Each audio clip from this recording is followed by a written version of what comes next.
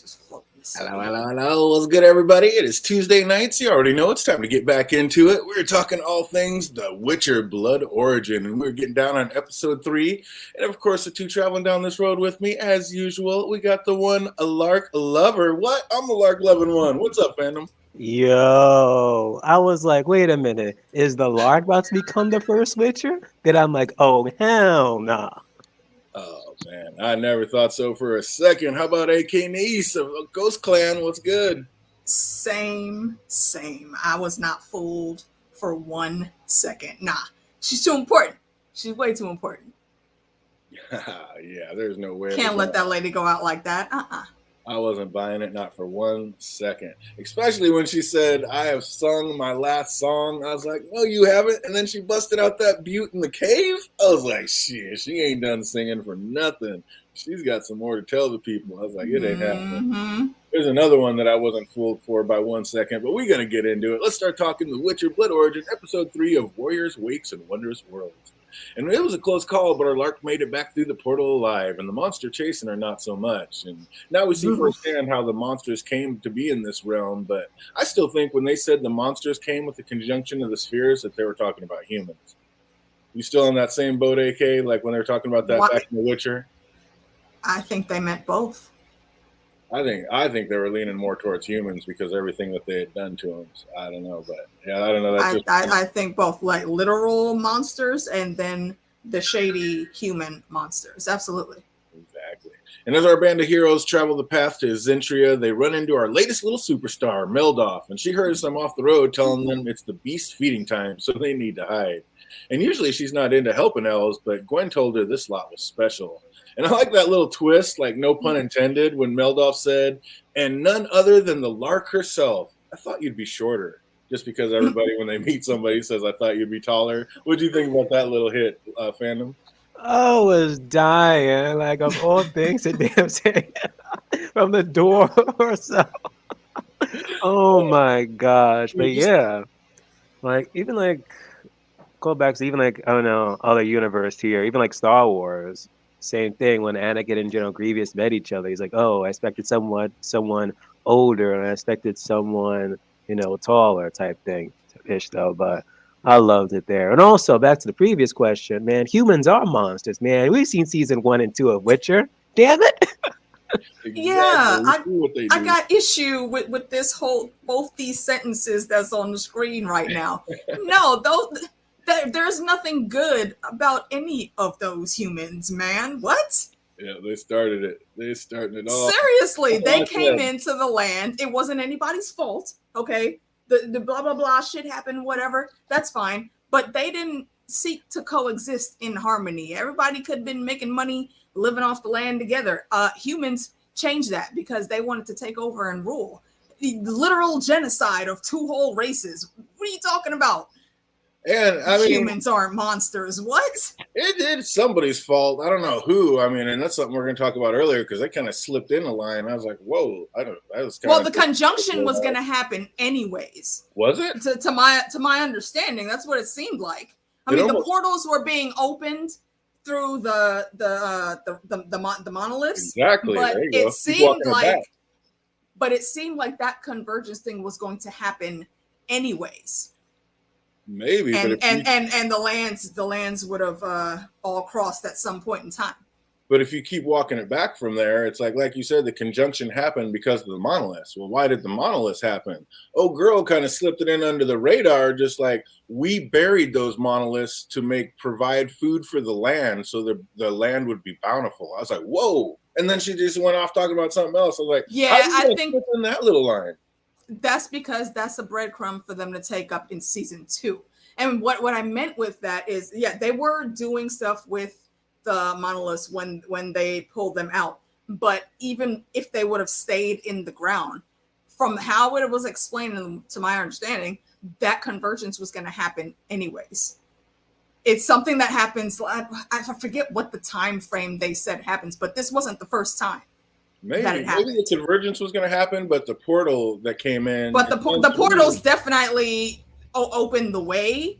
I guess, well, not even opened the way, but it let more frequent travel happen. Well, I guess would be a better way to say it. Yeah, that's how the multiverse came. That's how they started jumping worlds. And if the dwarves, she said she went up there and made her special little hammer herself, and then infused old girl's ashes in it. So did these Yeah, she dwarves? mined a special ore. Right, which makes me think that mining this special ore is how these dwarves made the monoliths in the first place, and they buried them because they're special. She said they're basically godlike. That's a backstory that we need.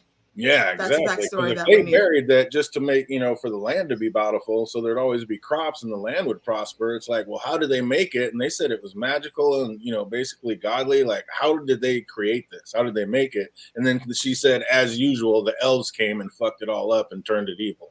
And because the elves opened it and allowed the portals to open and let people jump from world to world. So, man, that was just a tiny little tidbit they snuck in. I was like, that is huge. That's everything. That's good. I think that's gonna be a big plot point for season 2. Well, if there's a season 2, and they want us to know more about these origin stories, that's definitely going to come into play. And even with that, I still don't think that these elves are just completely evil.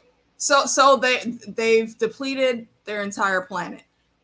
Yeah, and exactly. There's things they can do to do that. Okay, but you could say humans here in our real world, there's a whole bunch of shit that we've depleted that we're trying to slow down now. So I don't think it's just that necessarily makes them evil. It's the way they treated people of different races. Oh yeah, and all along the line. No, they instantly tried to humans come in are absolutely monsters.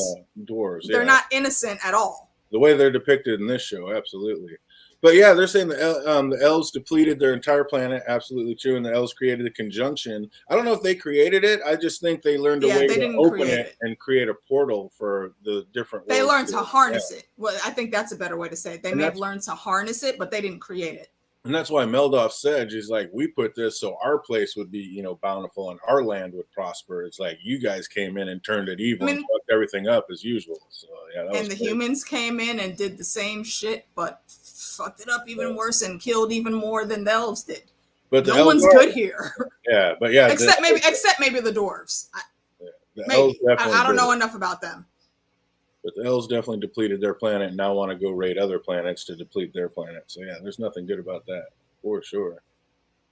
But yeah, as the squad tries to come up with a plan to take out the Empress, Sindril comes up with the idea of becoming one with the beast that he slew earlier to battle Baelar's new pet.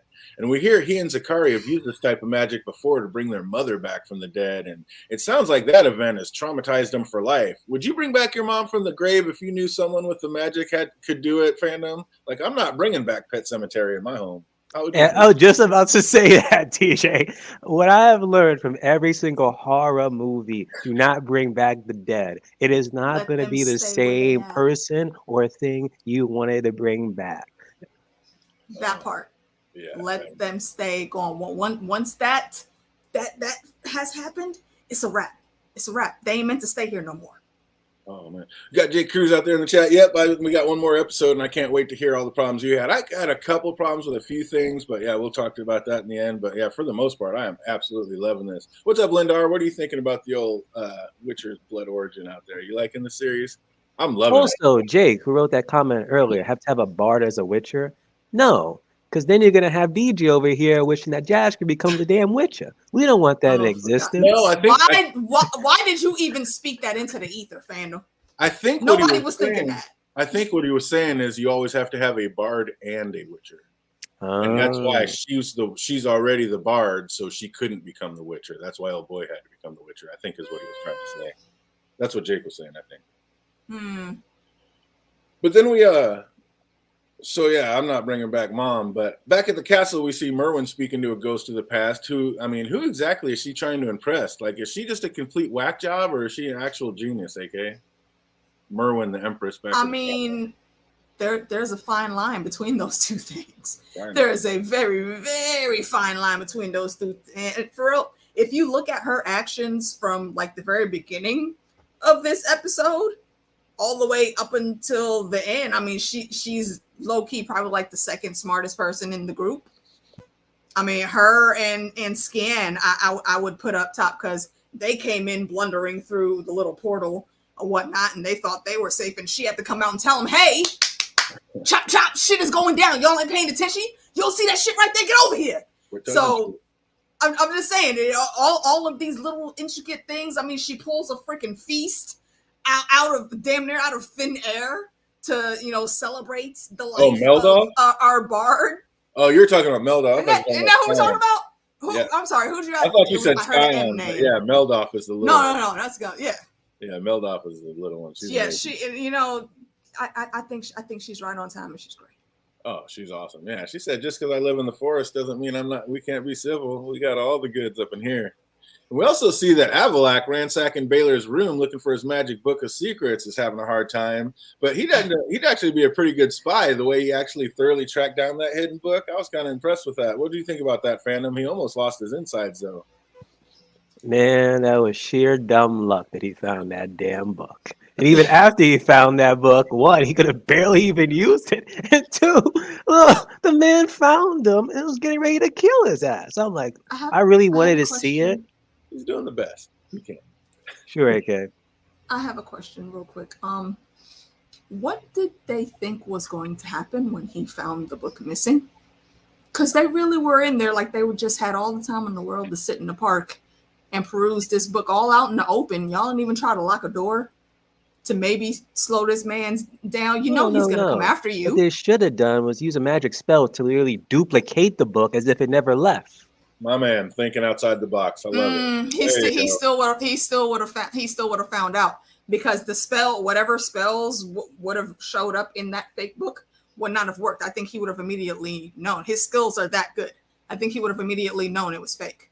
And our other man, Avalak's skills are not that good. Our man, he's doing the not best at all. he can, but he's still a mage in training, and he is just not up to the task. That's what I'm saying. He is not that man yet. He's got he got away out of that situation by the skin of his teeth. Yeah. He got that block though. He got that wizard's block. Like, quit choking me, ha! He's like, he was enough to get free for a second. I was impressed with that. I was like, he's got a little skill, but he got some work to do. I feel the Lark wanting to atone, but Thrall said it. Like, he is nothing but death while she is the voice of the people. A terrible choice, but I mean, I was thinking it was going to be him the whole time, like we were saying earlier. I was I never once thought it was going to be the Lark that got turned into a Witcher. Where were you at with that, Phantom? Repeat the question you just said? I never really thought the Lark was going to be the Witcher. I always knew it was going to be Fall, because she kept saying she had no more songs to sing, and of course she did. I mean, she showed us she still had more to say. So she's the voice of the people. I never thought she was going to get turned into the Witcher. But you were going back and forth with it? Yeah, for a second I thought she was going to be the one. I think it completely, the story from the beginning told us that it couldn't ever have been her, because she doesn't even realize how important she is. She's just going through trying to be a lone wolf and atone for perceived crimes that she's done in her eyes. Yeah. Meanwhile, everybody literally looks at her as a champion of words, of getting into and singing the spirit of all the peoples of the lands, like all the peoples. Like, she's a legend, not just for fighting, but also for these songs. You can't let somebody like that go out the world so easily. And that's what they're kind of trying to show with Meldoff too, when she's looking at the Lark and saying all these exploits that have been way just exaggerated and blown out of proportion. It's like she's kind of showing us, like, you are becoming that legend. You have no idea how big you are. Living legend, and she don't even know it. Yeah, absolutely. And again, like when she said all her songs were sung and then busted out that dope ass tune in the cave, I was like, you ain't done, girl. You ain't done yet. There's no If you had any doubt at that point in time where everybody just stopped what they were doing and turned, and then everyone's in tears when the song finishes, it's a wrap. You saw their faces. That was like, even I was like, oh my God. Like, yeah, before I was like, man, it's kind of 50-50. I like some Yasker. I like the Lark. I think they're both great, but no, they're the... Nah, the Lark has Yasker beat by miles. Yasker can't hold a candle to this. Not at all. Not even a little bit. Dang, she has got the pipes. Yeah, that was a dope ass song. And I loved how hyped like Meldoff got when she heard it was time to party. Like, she says there's gonna be a wake. She was in straight. She was like, "Wait, awake!" She jumped up in the air like, "Yes, fucking wake!" Yeah. Did the little heel kick in the air, and then again, like I said, pulled a feast There was nothing sitting in that cave. There was no hoard of food nowhere. Like, where Next that thing we shit know, it's came a whole from? full spread. This is out of Hogwarts right there. She had some refrigerator rocks going on, keeping it cool in the earth. She summoned some house elves to bring in the feast. It's like, here, try these mushrooms. You already know there's a connection to freaking Harry Potter. We already heard about the mandrake root and some other shit, so they got that connection. She probably knows some listeners. Mandrake root, actually, if I remember correctly, is an actual thing, though. Oh, I'm sure. That's not just made up. That's just I've only heard about it through Harry Potter, but yeah, it probably is a real deal. But that's the only place I've ever heard of it. But when Meldoff offered Skyen a mushroom, like what kind of mushroom was that exactly, fandom? Like the kind that tastes good, or the kind that opens up that third eye, giving you brand-like visions? Exactamundo, third eye brand vision, because that's what pretty much happened. Is that what you were thinking? Both. Oh my god! I think it was both. It just because it gets you high, don't mean it can't give you a bit of knowledge. I was just like, is she and be tasty offering hors d'oeuvres, or is she trying to fucking open up somebody's third eye? I was like, both. It's a party. It's a party. She trying to make it a real party. That was amazing. And then during the wake, Skyen asks Fall about the secret entrance, which he admits doesn't exist. And when she left all heated and looking like at this wanted poster, what's up, fandom? Did you think she was going to go through with it and turn on him? I mean, nowadays she is just a sellsword. No, mainly because she needed a plan just to get in. Because before he was like, oh, well, there is no secret like doorway or anything like that. She said, what? So now the best bet is to literally just, okay, let me just offer up the freaking penis that the freaking Empress wants. Boom. There you go. Genius. And just came up with it just instant. I was like, my girl's got, I never for a second didn't think that's exactly what she was doing. I mean, not for 1 second was I going the other way. I was like, she's the master planner. I didn't expect what actually happened in between the crossroads, though. That took me off guard. I was like, what the fuck? The second we're going to talk about it, but the second she made her demands and laid down her demands to the Empress, I was like, oh shit, that's what she's doing. Yep.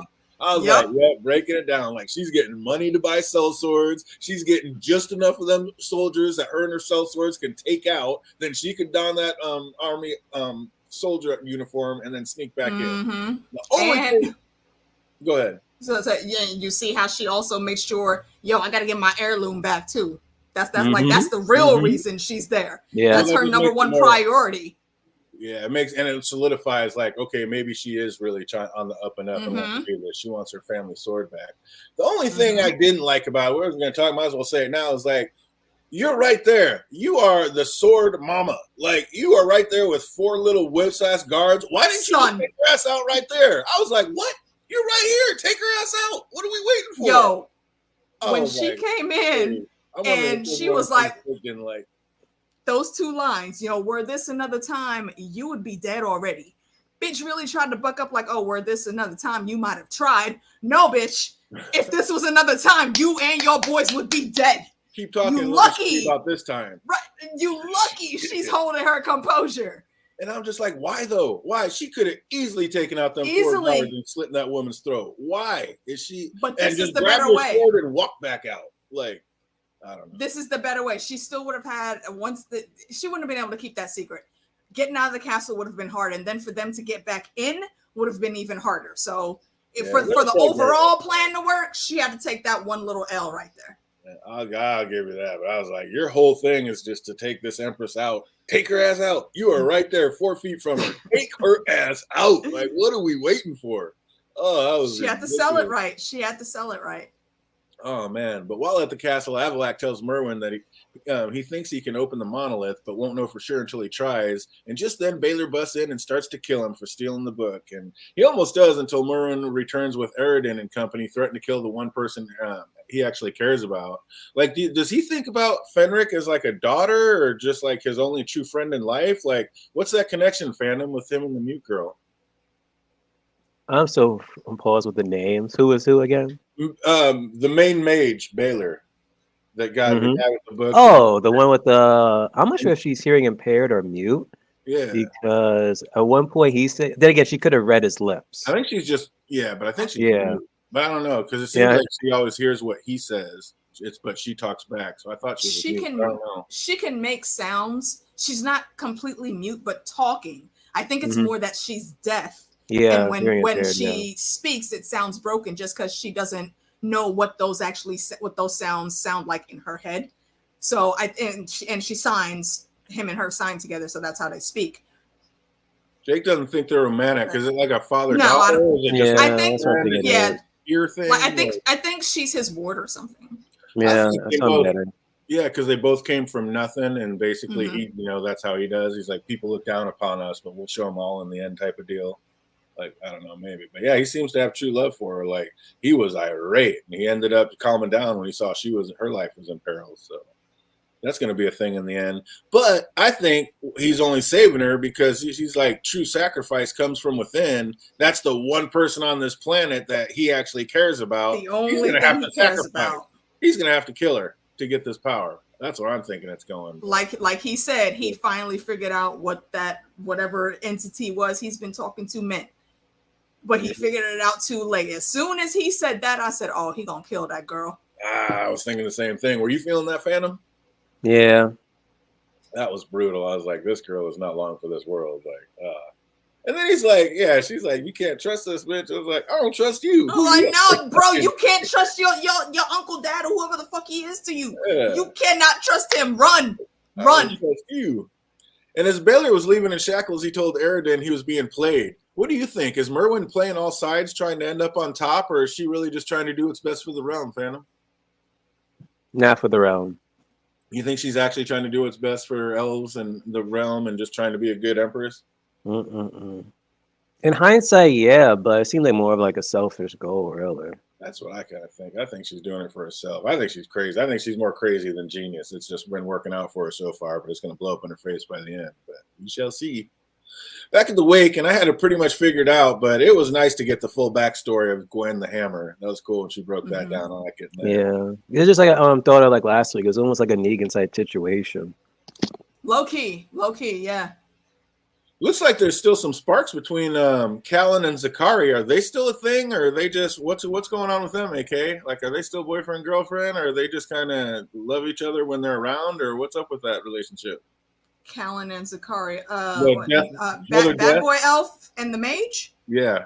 Oh yeah, I didn't get any type of breakup or like serious rift in their romance at all. So no, I mean, she might have maybe been upset with him for a hot second over an argument, but no, I think they're still very firmly like this. Yeah, they look pretty cozy in that cave for sure. That was messed up. Callan sat through her Meldolf's love story, and then Meldolf asked him about his, and then falls asleep on him when he's getting all deep and profound. Like, he's laying his guts out on the table, and she just lumps out. That's so rude. She was drunk and high. Come on, man. Give my girl a break. Okay, she did her work. She did her work to make the wake happen, to make it festive, and everybody have some good foods and shit to eat, man. Let that girl get her rest. Oh man, she is just she was like, she woke right up like, oh yeah, great story. Oh, that was a great story, mate. That was messed up. I was like, that's so rude. I would love to have a drink with her. Oh, she's my favorite, of course. I already kind of felt it, but this episode seals it. The bard, like I said earlier, cannot hold a candle to the lark. Like, when she hit that song, I was feeling that love song in the cave. Like, I wasn't feeling y'all's remix version of it so much, but her version was dope. He's trying to remix it, sing it out in the forest. She's like, just stop. You are my song. Stop. Right, like anyone that's heard Lark sing it cannot hear it from anybody else. Oh, Lark ruins your ears for songs. Yeah. Oh, she was killing it. That was amazing. But yeah, as soon as I heard that, I was like, she can't turn into a witcher. The people need their voice. Like, there's no way I was thinking she was ever going to be a witcher. I was under the impression that they smashed under the moonlight, though, but then they never showed it. And then, like, 5 minutes later, we get the whole sex montage. Like, I didn't understand that, fandom. Did they not smash out in the forest the first time? Nah, they just kissed. Nope. And then they saw what happened with Jon Snow and thing, and what was it, season 3 or 4? And then like, yo, let's do it in the cave. Oh man, that was ridiculous. I was just like, wait a minute, what is this? And then Falk said, like, sorry. What's up? I was gonna say, I think that's gonna be, if we do get a season 2, that's also gonna be another plot point. Is that sex scene led to a new life being created, and it was after he drank the potions. I don't know, because I think he actually died, and I don't know if he can do that anymore. You know, witchers can't have kids, so I think maybe I don't know if he can do that. But who's she pregnant by then? Who said she's pregnant? Oh, did you see the last episode? Oh yeah. Sorry. Spoiler alert. My bad. Sorry, God I forgot. dang, I was like, what? I didn't That know. was the one. I couldn't help myself. This episode was too good. Shit. Yeah, I didn't know that. Yeah, and I'm like, wait Sorry, a minute. I forgot. I forgot about that. My bad. Well, maybe they did smash him. Maybe they My did. apologies. We shall see. They showed that. They showed that though. But I'm still curious though because we show keep it on in seeing the black eyes with him, and then I'm like, wait a minute, aren't the witches supposed to like drink a potion to get the black eyes? So it's like this is the first. This is the prototype. Yeah. This isn't an exact science that's figured out. So if they do end up having a kid, I'm guessing as the time progresses or so, or if they start inbreeding, blah blah blah, I'm guessing they have to like drink a concoction to like get that, The magic is gonna have to be perfected, and it's probably gonna be some form of a serum made from the kid's blood. Damn. Or something. I mean, but look at the shit that they were giving him during the whole process. And half of those things were to get his body ready for the actual potion that they were going to give him. Like, that stuff looked like battery acid. It was all burning around his face. Like, Then the veins coming out the damn heart. And I'm like, the Lark was like, maybe I should have. Maybe I could have. Good thing I didn't go through this after all. That's exactly what I was thinking. Like, you think she just looked at that and was like, I don't want that. No. Yeah, I think it was more because this was the prototype, and basically he's going to be a witcher basically all the time, and then they fine-tuned it over time, so now they just drink a serum, and they're only that witcher for a certain amount of time, and they drink certain serums depending on who they're going to have to battle and what kind of strengths they need. Yeah. I think they fine-tuned it. I mean, you got to remember, this is 1200. There's a lot of experiments that have to go in. Yeah, humans aren't even here yet. And we know it's mainly humans that are human boys that are turned into witchers. Yep, I agree. Is there anybody who doesn't think that Meldoff is the best character in this show? Nah, facts. Hands down. Hands down. The most honest character in the whole thing. Fall said what he had with Merwin wasn't real. Is he just saying that trying to get in the Lark's pants, or does he really feel that way now, fandom? Because I don't know. Talking that I wish we'd been born under the same star just seems like he's trying to get that silver tongue on. I say a bit of both. A bit of both. And the man's a player. Yeah. A player where? What evidence do you have that he's a player? What? I don't know, banging a queen when he knows he's supposed to be protecting her? What do you mean? Okay. After the Empress. How does falling in love with the queen mean you're a player? Oh, Ashley, she wasn't a queen then. She was a princess. Yeah, that was never love. That was just smashing. He already said we were never in love. That was fake. Basically, he was just smashing. We have no evidence of him going around and smashing any other elf at any given point in time. I'm sure he did. He was about to. He said he would go into whorehouses. Yeah. So I mean, but that's everybody though. I've seen him with two women. Smash two women. Period. That's what I know. I've seen him around two ladies, and I've seen what he's trying to do with both of them. They're like, oh shit, we know this legend approach. And he was paying them though. No, they must hit him with that. Oh, you can take this back. I'm not buying that. No, I'm not buying that. Oh, player gonna play. So they start to make out, and then it's morning, and she wakes to find Fjell screaming, and she's a pretty heavy sleeper for a retired Kingsguard. I was like, how is he going to be gone and already halfway through the process before you even wake up? I was like, she must have been hella high that night. I don't know. I thought that was a pretty, for being an ex-Kingsguard, how are you going to sleep that long or that hard? I didn't get that. I mean, maybe he had game in that department. I don't know. Just put her to sleep. I mean, everybody was drunk and high, though, man. Just maybe when Ice Cube on it, like I said, he did end up smashing it and just put her ass to sleep. Who knows? Well, she was fully clothed, so probably not. Well, I mean, hey. I mean, then again, you don't need to take all the clothes off. And you can get dressed and then fall asleep. But as suspected, Fall woke up early and did drink that elixir. And like I said, I always knew it was going to be him. I never didn't think it was going to be him as a Witcher. Yeah. Also had a feeling that this little mage in training, Avlak, wasn't going to be able to open that monolith, and he wasn't able to. Like, he needs to tighten up that game if he wants a seat at the big boy table.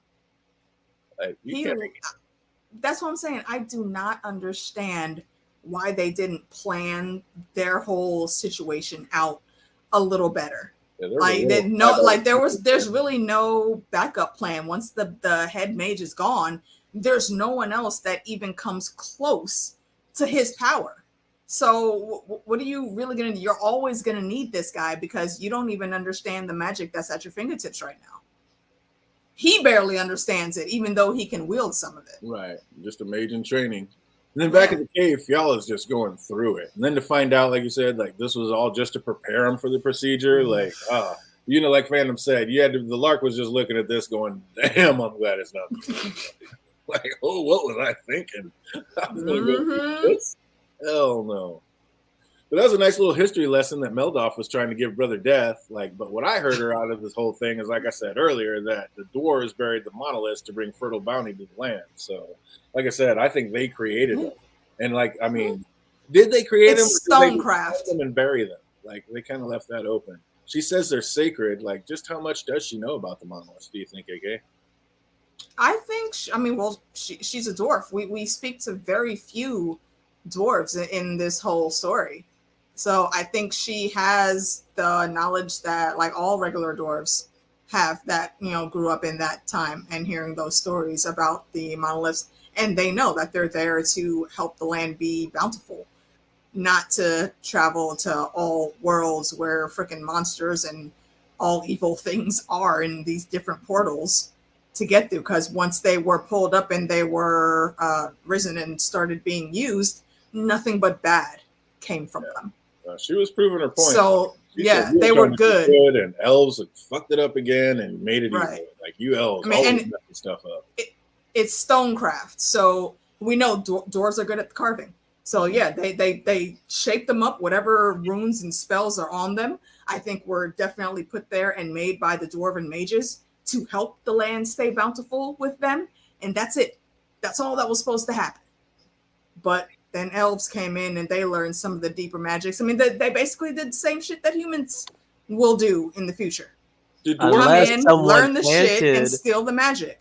Unless someone planted that into the minds of the freaking dwarves, saying, "Oh, build this to make the lands bountiful," but in reality, it was something deeper than that. Tinfoil.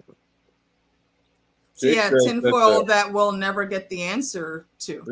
I said earlier that this wasn't the first convergence. Yeah. So within that one. What's up?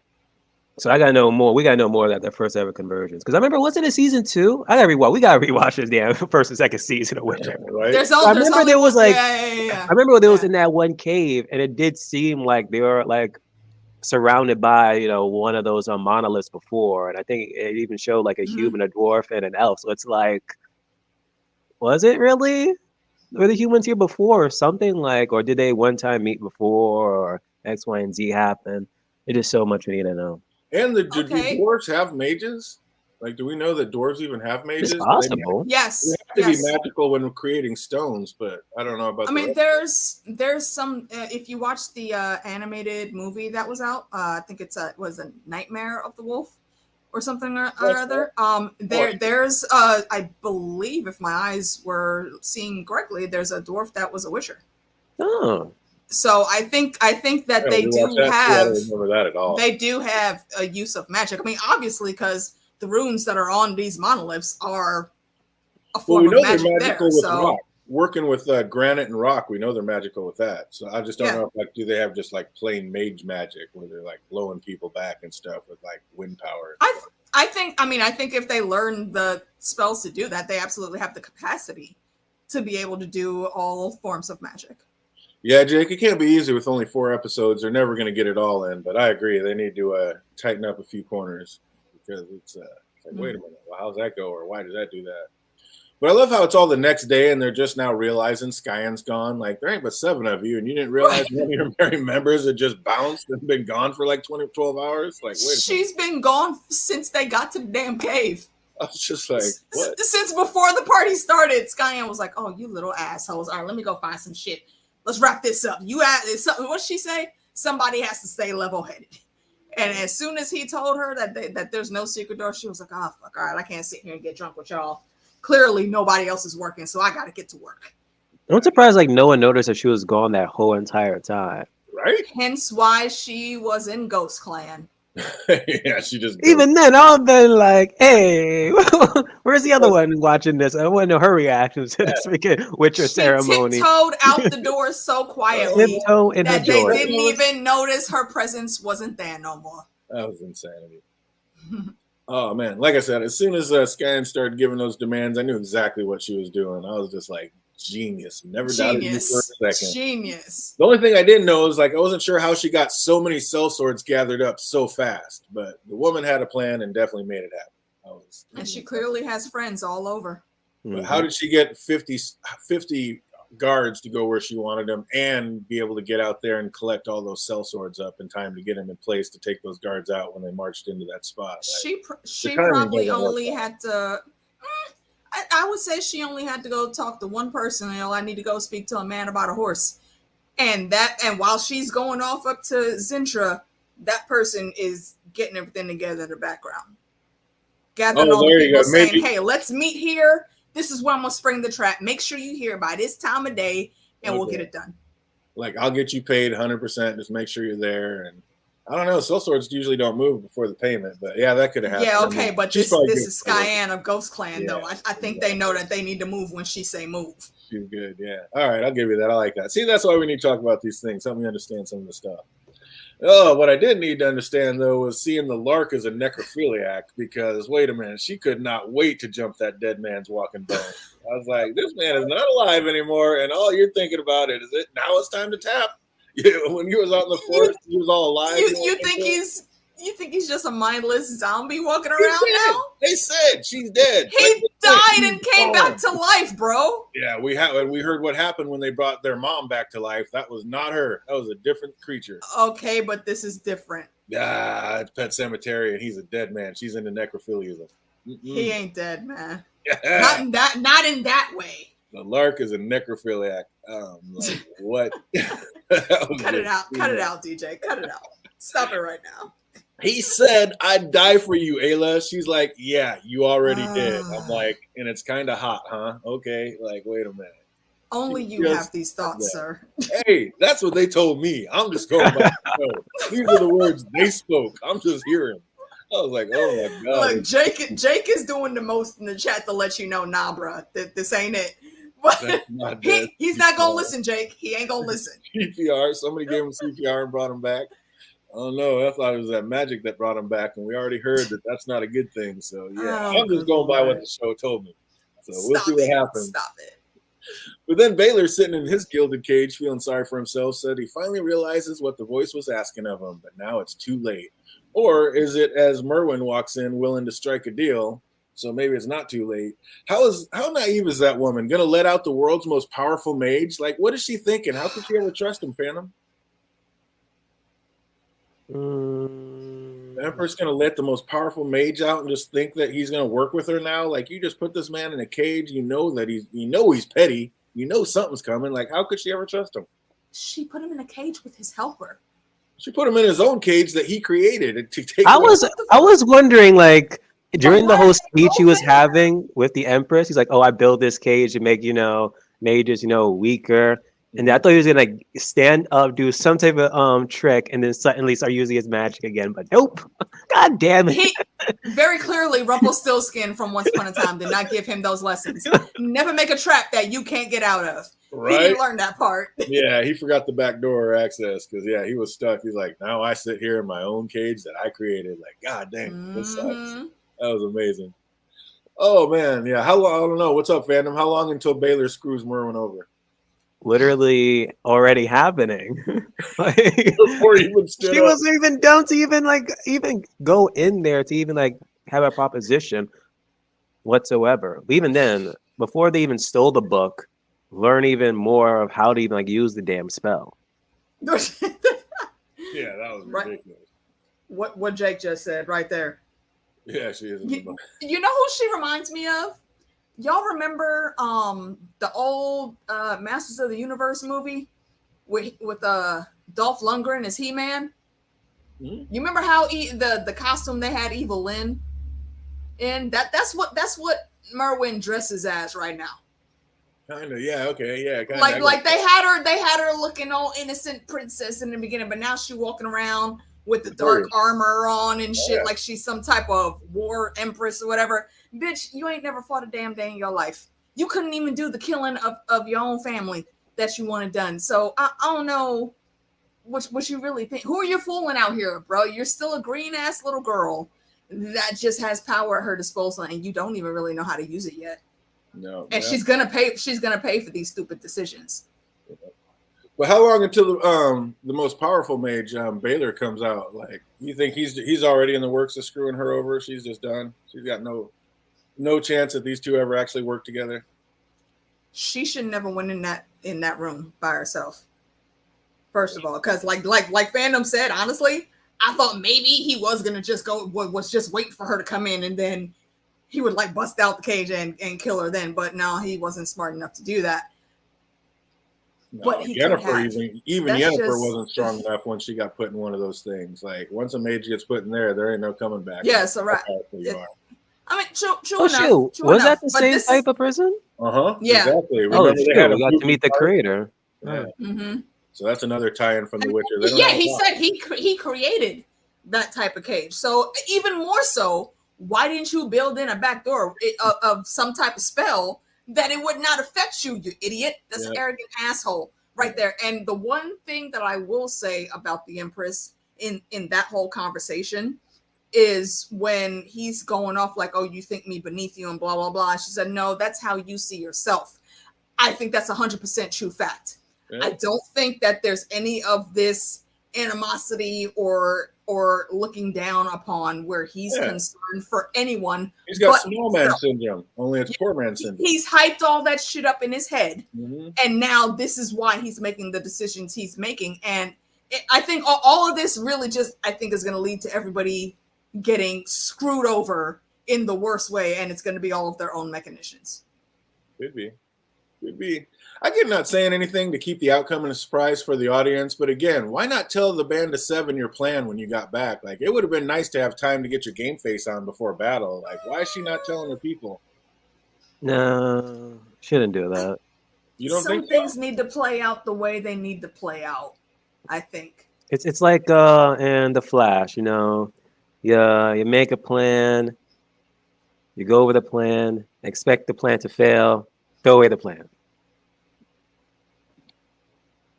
I guess it makes sense, but I don't know. I was just like, I would have appreciated a little heads up. Like, wait a minute. I mean, did you really need the acting to do that? I don't know. That was crazy. It had to look like a double cross, but instead of being a double cross, it was a cross double cross, because she had to make them believe what was going down. Because when those guards got there, she had some of the best King's guards there with her.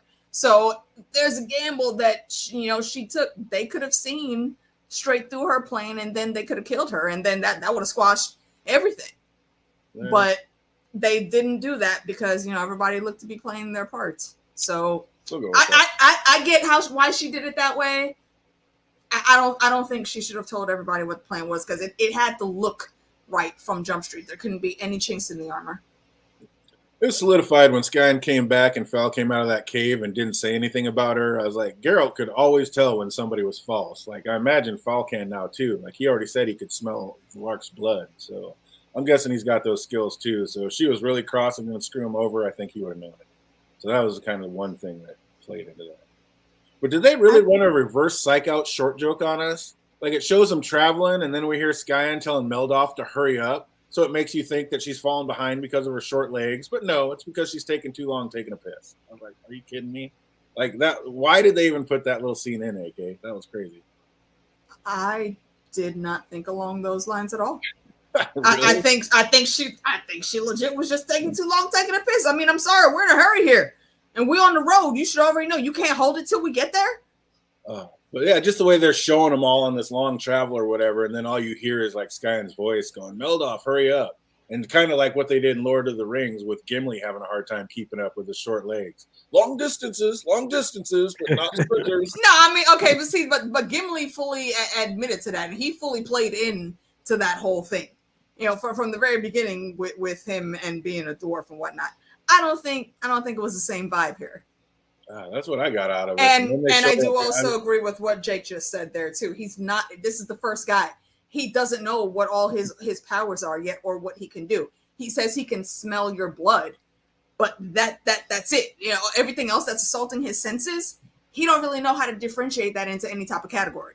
So It's he like, doesn't know to look at someone and tell that they're lying or not. She-Hulk, when she became, I'm gonna say She-Hulk. Yeah. Jen, when I she mean, became that fits there She-Hulk, too. it's literally just like that. Well, I'm just saying, I think if old girl was false, I think she would have had like a raised heartbeat. I think there'd have just been some things he would have detected about her that were off. So I don't know.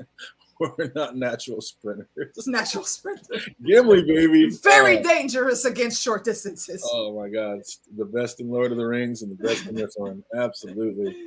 So then our merry band realized that they've been led into a dead end. And like, again, I'm just like, why not fill them in? But I'll take what you guys said. You had to wait until it came through. I'm like, did she really need their acting to be that good from that far distance? But I don't know. I guess so. It all fits in with the show. But nonetheless, she gives the sign, and the raven's teeth cell swords emerge at the top of the cliff ledges and make it rain arrows. Whoa. Hold on. No. Let me stop you right there. Do not disrespect the raven's teeth like that, sir. How dare you? The raven's teeth. That's what I saw. How dare you? That is exactly what I thought. The raven's teeth were honorable men. I don't know about that either, but maybe. They were loyal. I don't know about honorable. But yeah, they were loyal. Men. Same difference in that world. So I knew this was her plan all along. Take the crown's money, go buy the cell swords, then invite just enough soldiers that you can safely take them out and then don their uniforms to sneak back into the castle. Like, I saw it as plain as day. As soon as she was spewing that request to them, I was like, I could see it just play out instantly. I was like, I knew you were straight. And it played out beautifully. It really did. So then they make their way to the city, and there's a pause before the gate opens, and Fall says, this isn't going to work. They're onto us. Is he right, fandom? Like, is that the Witcher feeling he got, or is that just old Fall nerves getting the better of him? No, Witcher. It could be a bit of both. Like 10% him, but majority of it is that Witcher vibes. Yeah. What do you think, AK? I think he was just paranoid. He's just a little nervous because he's. I mean, I think right now all of his senses are being assaulted with stuff. The only thing that he can tell for sure is that he can smell people's blood. That's it. And he knows what the plan is, and he's trying to stick to that and remember himself and not go off and be wild. Because there's a couple times where his eyes go full black, and he's about to witch her out. But Lark brings him back. I don't think he can differentiate too much from just the smell of blood and his own paranoia right now with the plan going through. That's a good case for that, but it could be the Spidey senses. Like, they're onto us. This is about to be a problem. But we will not know until the next episode. But man, what a great episode. I cannot wait to see how they wrap all this up in the finale. I was all in for this episode. I loved it. What'd you think of this one, family? I enjoyed this one, the creation of the very first Witcher. Because the very first episode, they mentioned, the very first Witcher is an elf. And majority of the show, majority of the characters, besides one, has been an elf. So I'm like, who's going to be the one? And we finally got in this episode. Now the question is, will he kill the Empress? Thanks for stopping in, Linda. So glad you're here. And we'll be back here next Tuesday, wrapping up the finale. Hope to see you then. But yeah, that's awesome. What did you think of this episode, AK? Loved it. It's if the show were longer, there are several elements of this episode I think that could be seen as filler, but for how concise they kept this little tidbit of the story, I think it worked out really well. And everything in here had a meaning that paid off by the end of the episode. And I'm all in for the little bit of lore. I'm all in for what's our girl's dwarf name? Meldoff. I'm all in for her and her antics from the very beginning of the episode. So that we need a spin-off of just her and Gwen walking through the land. Look, that would be a great adventure. I would watch a whole 10 episodes just about her going through and smashing shit. Let her, Ciri, and Geralt, roll around the town in The Witcher season 3. I don't know how she would live that long, but maybe she got a special time potion or something. Exactly. It was great. She was great. And I think every character in here has something to do. Like, no character is wasted. If we see them for more than one scene, they're important enough that we know that storyline is going to mean something in the whole overall story. So I very much appreciated this episode. All the way down to little kids getting sacrificed by mages. Oh, yeah. absolutely. Even they meant something. Yep. Sadly. Oh, man. So that's gonna do it for this episode. I don't know. I got a couple questions. I'm not couple trivia things. Yeah, I'll see if there's enough easy. I don't know. We'll see what's up. We'll see if me and Fandom remember anything. Yep. If you know these, put them in the comment section. If you're watching later, put them in the comment section down below. If you're watching now, put them in the chat box. What did Meldoff call Callan when she was trying to warn them that it was the beast feeding? I knew you were gonna make that a freaking question. Damn it. What name did she call? Oh, damn it. I know she said, "Come with me if you want to live." Yeah, she said, "Come with me if you want to live." But and she thought, "Oh shit!" He said something. No, he said something. He said, "You're high on Godweed." Yeah, and she's like, "I'm not high, you bloody." There Exactly. was like wisecrack something or other. Oh, and it was a brilliant curse line too. Oh, damn it! Great. I knew you were gonna pick that. I should have freaking wrote it down. I'm so mad at myself now.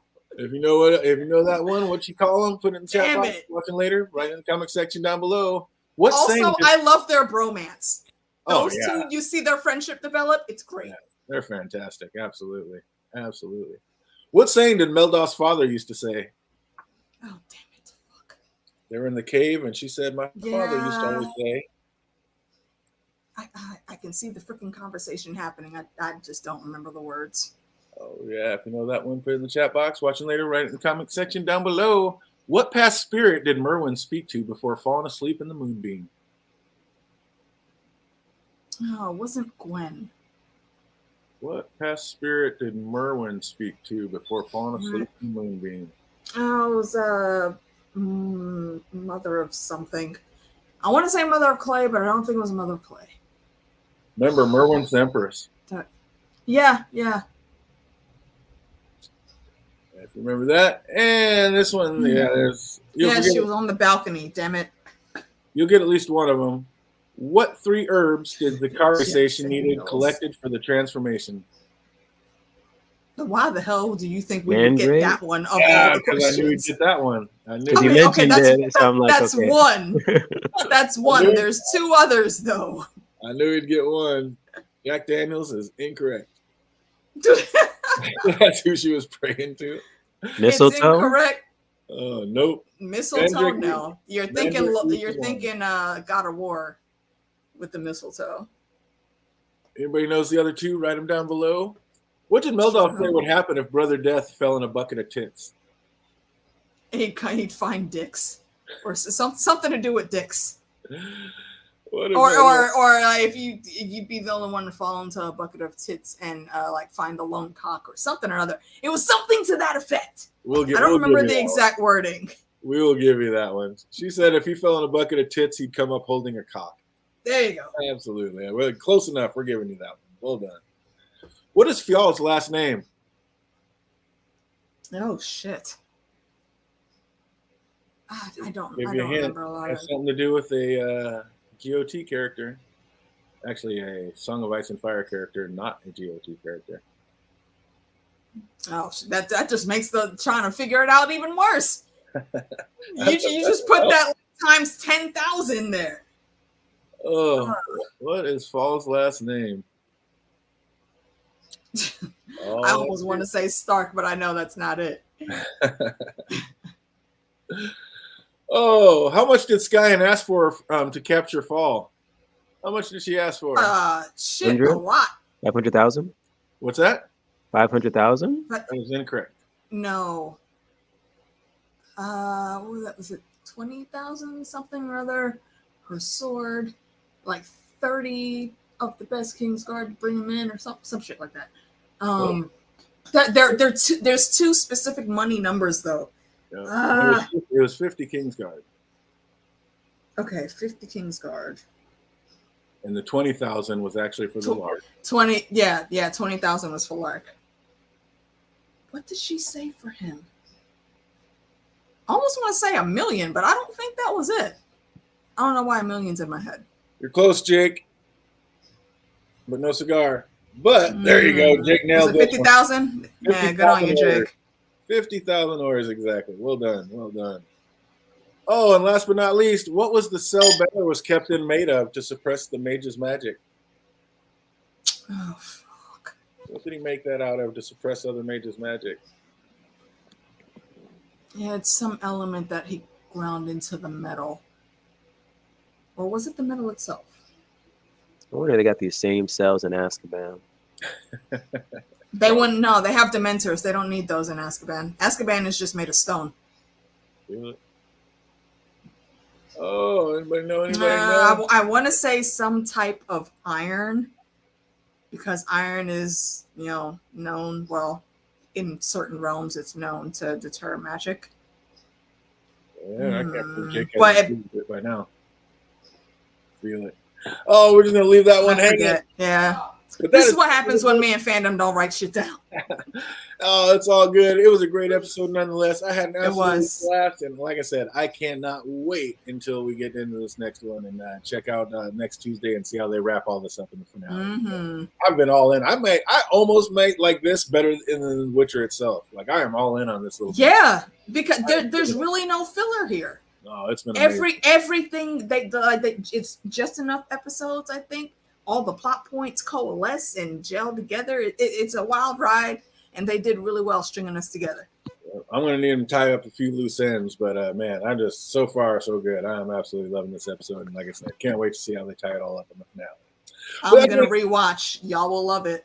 So I'm gonna have to. But that's gonna do it for us tonight. I hope everybody out there is having an absolutely fantastic week, and it only gets better from here. Until we see you on the next one. Be easy, everybody.